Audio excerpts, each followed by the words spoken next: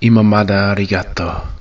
そして、さよなら。Just give me a reason to keep my heart beating. Don't worry, it's safe right here in my arms. As the world falls apart around us, all we can do is hold on, hold on.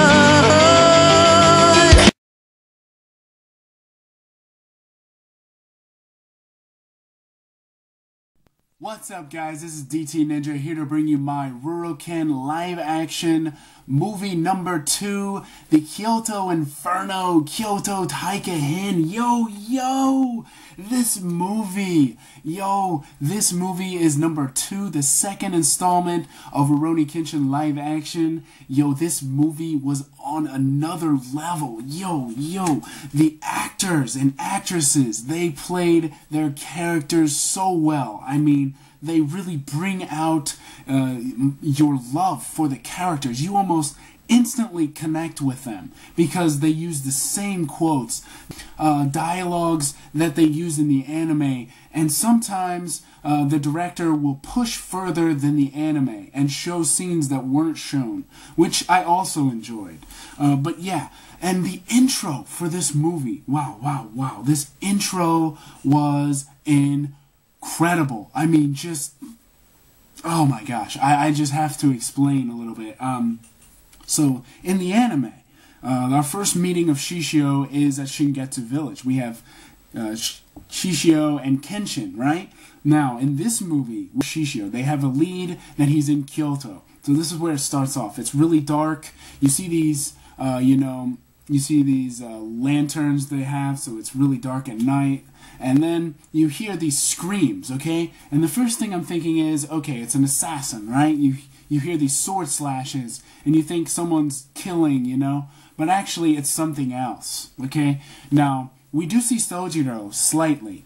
But then, Saito shows up to where Shishio is, and this moment is so epic. I mean, you will have to see it to believe it, because I mean, just like, you just see this monstrous character turned around, and all of a sudden, he like turns around and he's like, Hajime Saito, Chikoku o shinjiru ka? He's like, do you believe in hell? But before that, you hear bodies falling into the fire. You see these flames shooting up. It's like a sea of flames surrounding them. They're on this little bridge, okay? And it's holding them up. But there's flames all around them, okay? And you have bodies hanging from these ropes. And, Shishio just lets them go, and they're falling and burning alive, just like he did. But it's not just that. He's hearing the sounds, and he's like, oh, ikoida, like, oh, I love that sound, like, he's like really showing his sinister, evil self, and you just get that sense of his character right away. I mean, it's like, yo, this is Shishio. I mean, Tatsuya Fujiwara. You guys have to see this to believe it, because I mean, this guy plays Shishio like he's the real thing. I mean, he's got his mannerisms down. He's got his coarse voice, and yeah, it's just awesome to see. And then you have him talking about Saito. He's like, join me. Let's turn back to the times of the upheaval of the revolution. Let's turn back the pendulum. Let's start up the revolution once again. And Saito like refuses, and he gets his gatotsu out, and you see him ready to attack, and he's like, fine, well then, and then he lets go of another rope, and another body falls into the flames, and then you get this sense of like, I have to attack him now. And then that is where it ends in the intro. So that intro was epic. Yes, Makoto Shishio for the win in this movie. He was so awesome. I really liked his character in this movie, portrayed very well, very, very well. Now, opening scene, we go back to the Kamiya dojo, and we see it's really lively, and I really like this scene because it's kind of a warm, welcoming feeling into the story again, you know. Kaoru is, you know, she's helping her students, you know, and practicing the Kamiya Kashin style. You know, I really like that part.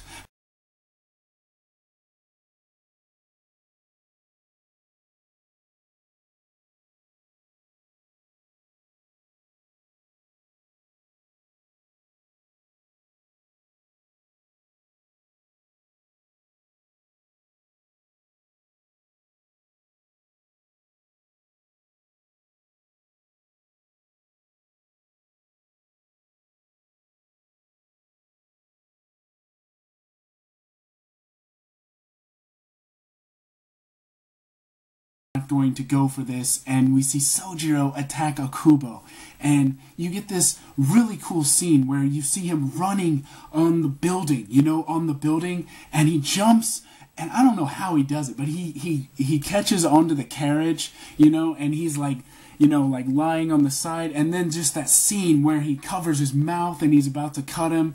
You know, that was just so awesome. I really liked that scene. It just brought me back to the anime, like I was watching the anime. It was just awesome.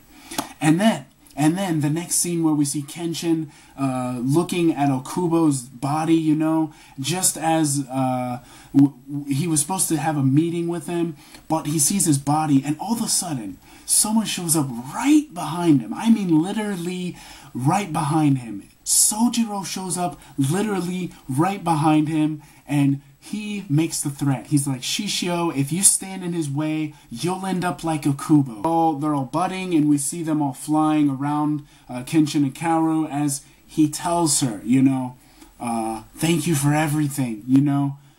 I'm a wanderer, Miss Kaoru, and it's time to wander again. Thank you so much for everything. Farewell, you know.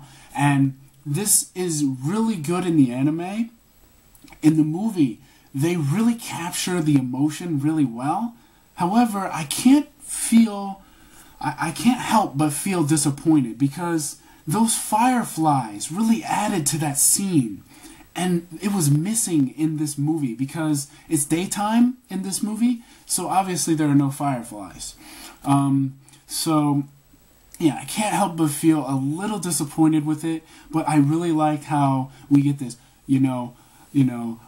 sayonara, you know, you get this thank you for everything, Miss Kaoru, and you get this sayonara at the end, you know, farewell, and, you know, she's just like stunned. She's stunned, and she doesn't start to cry like in the anime. Now, I kind of like this, but at the same time, it's more of a progression on this struggle within, because what you'll see throughout the movie is that Kaoru, is bottling all these feelings that she has inside. And instead of crying, she's kind of really silent. But when she goes back to Kyoto, Kenshin kind of picks up on this, and he becomes the one that's silent. So it's really interesting how the director actually transfers that emotion from one character to the other. And I really like how that was done. If you guys didn't catch that, that is what happens, because in this movie we don't get to see Seijiro Hiko's training. So what happens is, when Kenshin sees that Kaoru's there, he's kind of quiet. He's quiet but protective, okay? He's quiet, he keeps to himself, you know, there's this divide between the two. And Kaoru, you know, is also quiet, but that bottled emotion kind of goes to Kenshin. So I like how that was done. And another thing I noticed is that once Kenshin leaves, you know, he does his, his saying to Kaoru, he says his farewells. Yahiko didn't really have much screen time. Sanosuke kind of took over as the person that really got Kaoru, you know, to go. And even Megumi, we didn't really get Yahiko telling her, you know, you must pick yourself up, we'll go to Kyoto, you know, and I don't know, that was a bit disappointing to me. the departure of Kyoto sends Sanosuke in a rage, right? Sanosuke's pissed off. And what does he do? He just starts throwing things, punching things, and he just comes across, yes guys, the badass Aoshi Shinomori. Yo, Aoshi is just walking by and he sees Sanosuke, and he beats the living crap out of Sanosuke, and he just puts his sword aside. He doesn't even use his sword. And it's just like the beating that he took from, Saito, awesome. And then we get this moment where Megumi comes over and she's like in fear, she's like, what, like, like she knows who it is, and like she's feared for her life, and Aoshi just walks by and he grabs her in the neck and he's like,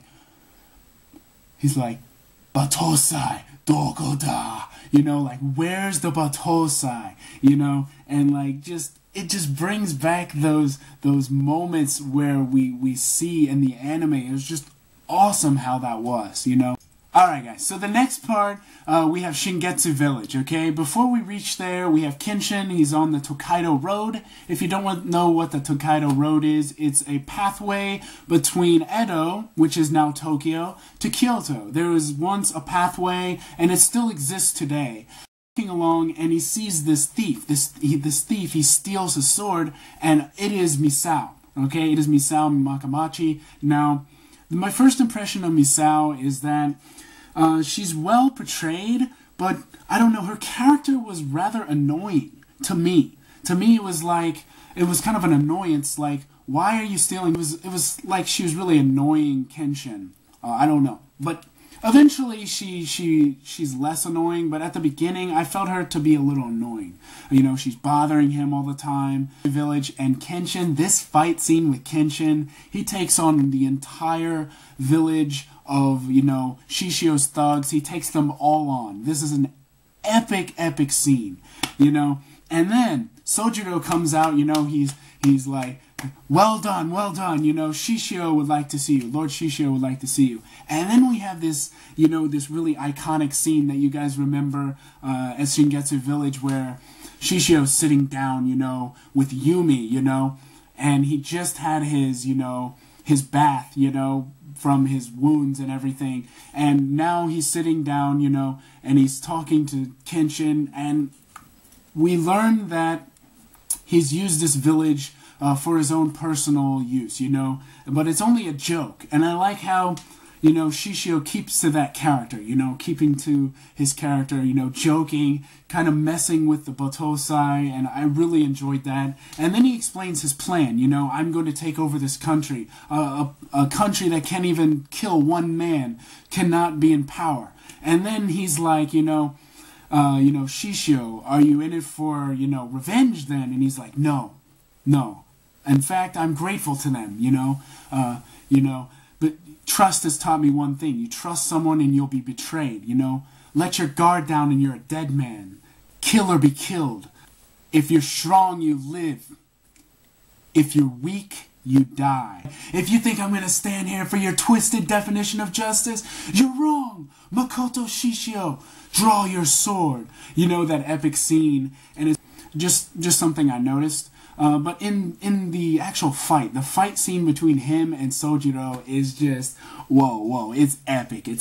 I really enjoyed it. I like how when the sword was broken, you get this sense of like, oh my god, like, am I going to have to become a manslayer now? What am I going to do? Move on to the next part, and after Kenshin is defeated by Sojiro, he walks back to the area where Misao and Eiji were, right where they met the villagers, like forced to do this. And right as he's about to jab, the sword, Kenshin arrives and grabs the sword from him, grabs his wrist, and he's like, Eiji, don't let your hands be soiled with blood now. One day, these hands will grow, and you will become a man. But he tells him, don't use fear to manipulate others like Shishio. And don't let fear consume you and make yourself helpless like these villagers.